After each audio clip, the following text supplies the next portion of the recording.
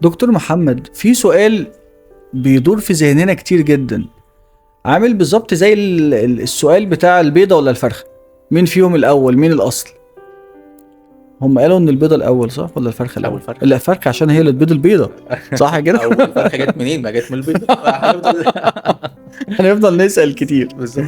طيب، هو اللي بيدخن بيشرب سجاير علشان احتياج نفسي ليها، ولا أعراض الانسحاب والتعود والجانب العضوي اللي موجود مع النيكوتين وباقي المواد اللي موجودة؟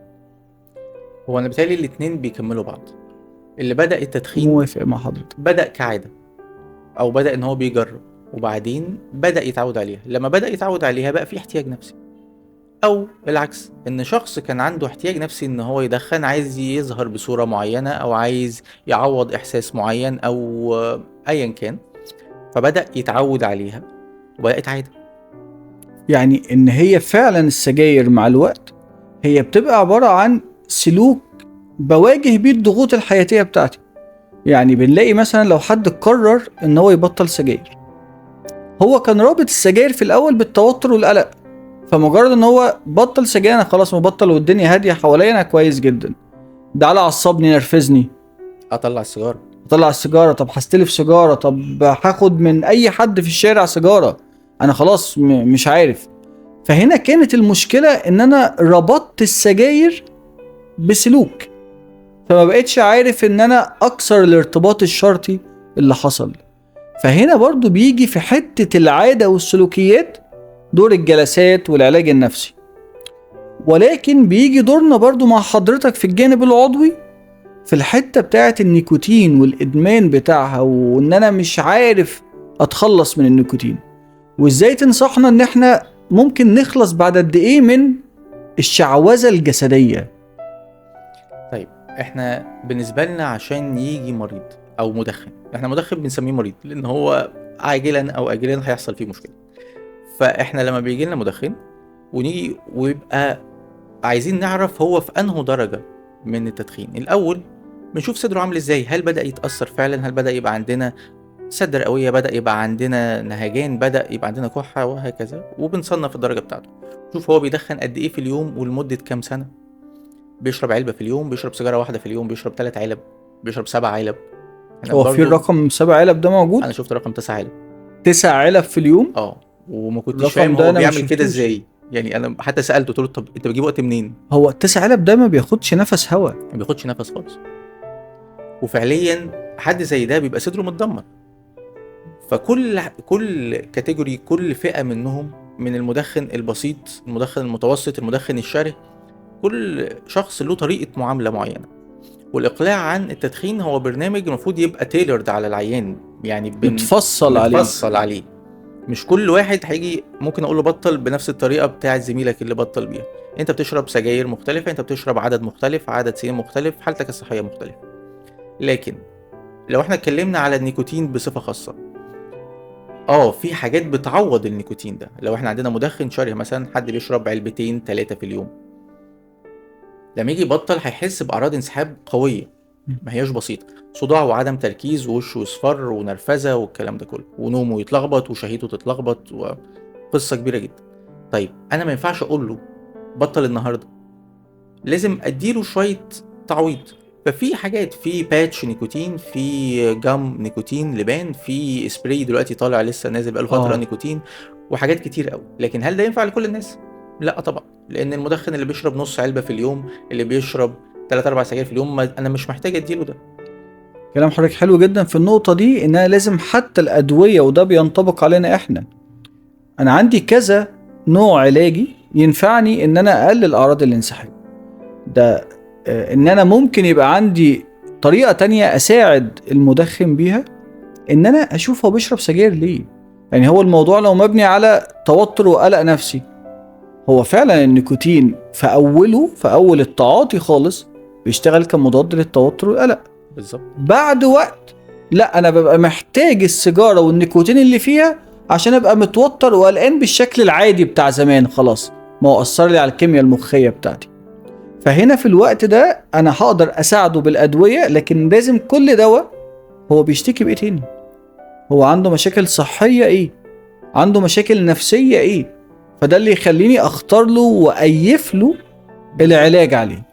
وده اللي احنا بنعمله مع كل عيان. عشان كده بنقول اللي عايز يقلع عن التدخين والله يجرب مرة واتنين، لكن في الاخر لو انت بتدخن بقالنا فترة طويلة وعندنا اعراض، لا لازم نلجأ لمختص. والمختص ده مش واحد، ده بيبقى كذا حد، مجموعة، عشان نقدر ان احنا نظبط الدنيا من كل حتة. والله الحالة الصحية عاملة كذا، القلب عامل كذا، الصدر عامل كذا، الحالة النفسية، ودي اعتقد هي الشق الاكبر في القصة كلها.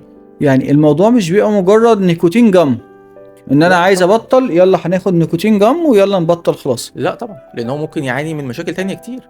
في ناس نومها بيتأثر، وفي ناس ضربات قلبها بتتأثر، في ناس الضغط بتاعها بيتلخبط جدا. في مشاكل كتير قوي بتحصل مع المدخن، ولما نيجي نبطل بنحاول نتفادى هي الآثار بتاعتها بقى، عشان ما نجيش نخش في آثار تانية. لأن كتير قوي يجي لي مريض يقول لي أنا ما كنتش بكح، لما بطلت السجاير بقيت بكح. صح. أنا ما كانش عندي صوت صفارة في صدري، لما بطلت السجاير بدأت تظهر. طب في تفسير علمي للحتة دي؟ طبعا. ما هو احنا زي ما احنا معتمدين على اللي هو النيكوتين وعلى اللي هو التدخين في حاجات كتير، هو أثر على مثلا حاجات وساب أثار. القصة فين بقى؟ القصة ان انا دلوقتي بطلت السجاير وبدأت الآثار دي تظهر. هو مش تبطيلك للسجاير هو اللي أظهر الآثار دي.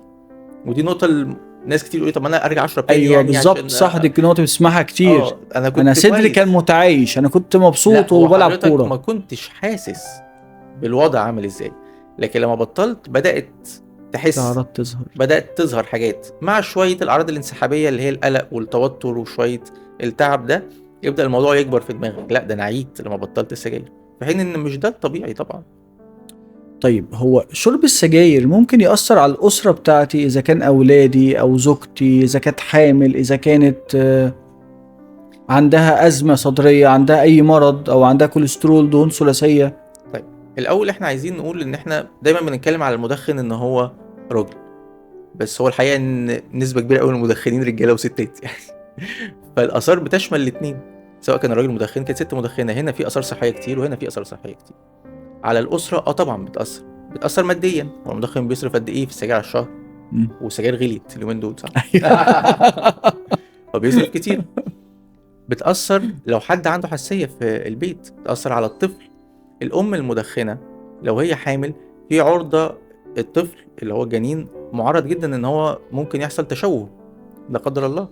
ممكن لو هي مش حامل أو بتستعد لسه للحمل، البويضات نفسها ممكن تتأثر، لأن التدخين بيأثر على الخصوبة، كل مراحل العملية الجنسية، من أول الرغبة الجنسية لغاية المرحلة بتاعة العملية الجنسية نفسها، وبعدين الخصوبة. بيأثر على اللي هو الرغبة الجنسية بتقل في معظم الناس، سواء رجالة وستات على فكرة. بيأثر على العملية الجنسية، بيأثر على القدرة اللي هو الجنسية، نهجان، مش قادر أتحرك، ضعف الانتصاب، حاجات كتير قوي، لأنه بيأثر على الأوعية الدموية. صح. بيأثر على اللي هو الإخصاب. الحيوانات المنوية عددها بيقل، حركتها بتقل، بيحصل تشوه في الحيوانات المنوية، وبالتالي قدرته على الإخصاب ضعيفة، بتبقى أقل. الست نفس الموضوع، البويضات بتتأثر، وبالتالي قدرتها على الحمل أضعف. ولو حصل حمل، في يعني كذا دراسة اتنشرت إن نسبة الإجهاض في الستات الحوامل المدخنين عالية جدا أكتر من الستات الحوامل الغير مدخنين. فإذا هي بتأثر على كل حاجة في الأسرة، ماديا ومعنويا وصحيا، وتأثر على كيان الأسرة نفسه، تأثر على صحة الأطفال. بالظبط. وخصوصا كمان ان الستات المدخنات هم اغلبهم بيجوا لنا العياده مع بدايه الحمل ان هي لازم تبطل، وكتير منهم بينجحوا فعلا في التبطيل 9 شهور، علشان بيبقى المقابل انت لو ما نجحتش في التبطيل احتماليه تشوه الجنين اعلى من اي علاج ممكن نمشي عليه. بالزبط. تماما، نسبه عاليه جدا، ماده خطر جدا وجودها في الدم اثناء الحمل. فهنا انت بتبطلي اهو، ما احنا ستيل نقدر، بس فاضل لنا الدافع. والدافع هنا ما اعتقدش ان في دافع اقوى من كده. انت عايز بالأمومة. تأسس اسرة، وانت عايزة تأسسي اسرة، طب ليه نحط نفسنا في ريسك ان الاسرة دي يبقى فيها مشكلة وفيها قلق وفيها تدخلات؟ احنا محتاجين نكشف كل شوية، لا الجنين فيه مشكلة، لا قدر الله حصل اجهاض، وحضرتك هتروح تكشف كل شوية، لا انا بقالنا سنة متجوزين ما خلفناش، ما فيش حمل. طيب ما هي دي النقطه دي، ده اللي احنا بنتكلم عليه، اللي هو انا ليه ادخل نفسي في المضاعفات دي صح. في حين انا ممكن من الاول خالص اتفاداها. خصوصا ان احنا مش بنقول هنبطل سجاير ونتعذب، لا، بالعكس، احنا بنقول هنتعالج من السجاير. يعني انت هتبطل سجاير وتعيش حياة سعيدة، حياة طبيعية اكثر وأسعد انبساطا. واسعد من الاول. اي حد بيدخن عارف اللي انا هقوله ده، ان هو النهارده انت بتدخن بقالك 7 8 10 سنين، تيجي تطلع السلم دورين 3 بتقف، بتنهج، بتيجي تزعق شويه او بتيجي تتكلم كتير شويه بتلاقي صدرك، تشرب السيجاره بتحس بكلبشه. تمام. شهرين او 3 شهور بعد ما تبطل التدخين وانت لوحدك هتلاحظ الفرق. مجهود احسن بكتير جدا. مش هقول لك انزل بقى جيم والعب رياضه، ومش كلنا عندنا الامكانيه دي، لكن انت هتلاقي ان مجهودك اليومي بقى احسن كتير جدا. في البيت، في اثناء العلاقه المجهود اتحسن جدا جدا، ودي انا بسمعها من ناس كتير اقلعوا عن اللي هو التدخين، وموجوده في الدراسات، يعني مش بس كلام كتب، لا ده كلام اكشوال موجود، ان انا لا الوضع اختلف خالص. وكمان الست المدخنه لما تبطل السجاير بتلاقي ان الدنيا اختلفت معاها جدا، سواء في اللي هو ايه مجهودها، سواء لما تيجي تزعق للعيال بتبقى مبسوطه قوي ان هي بطلت السجاير. ليها نفس وصوتها عارف بيعلى. تزعق دلوقتي. وبرضو اثناء العلاقه، فهي حاجه يعني ممكن تاثر على كل الاسبكت بتاعه الحياه، فاحنا ممكن نتخلص من دي. وفي كمان النقطة بتاعت ان السجاير بتعمل جفاف حتى في الجلد بتاع الوش، وبتبدأ تعمل اللي هي الرينكلز، التجاعيد المبكرة. فغالبا بتلاقي البنات المدخنات اول ما يبدأوا عدنا 40 خلاص فيبدأ يظهر تجاعيد كتير في الوش، وده غير الصوابع اللون الاسود. فبتبقى الدنيا فعلا ظاهرة جدا على الجلد وعلى الجسم، وهي بتبقى مش حابة ده، ولكن حاسة ان هي عاجزة، ما عندهاش اختيارات تانية.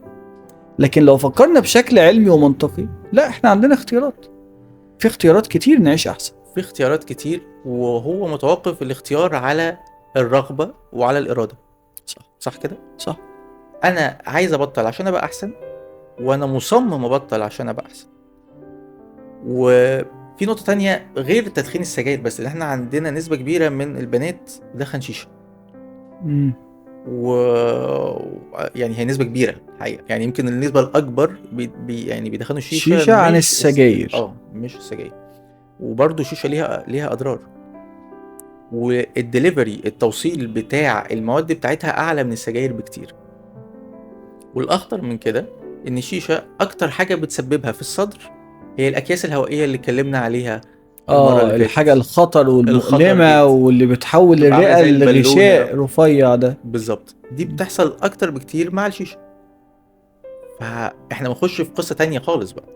مشكله ان احنا عندنا فكره الشيشه بالنسبه للبنات بتبقى شويه دلع، شويه شقاوه، شويه تغيير جو، بس احنا ما بنبصش الابعاد الصحيه دي بشكل كبير.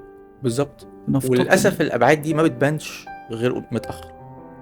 يعني هو ده عيب التدخين الاساسي اللي احنا بنواجهه، ويمكن حضرتك دكتور محمد بتشوف النقطه دي، ان انا ما بلاقيش حد عنده 18 سنه 20 سنه بيجي يقول لي انا عايز ابطل السجاير.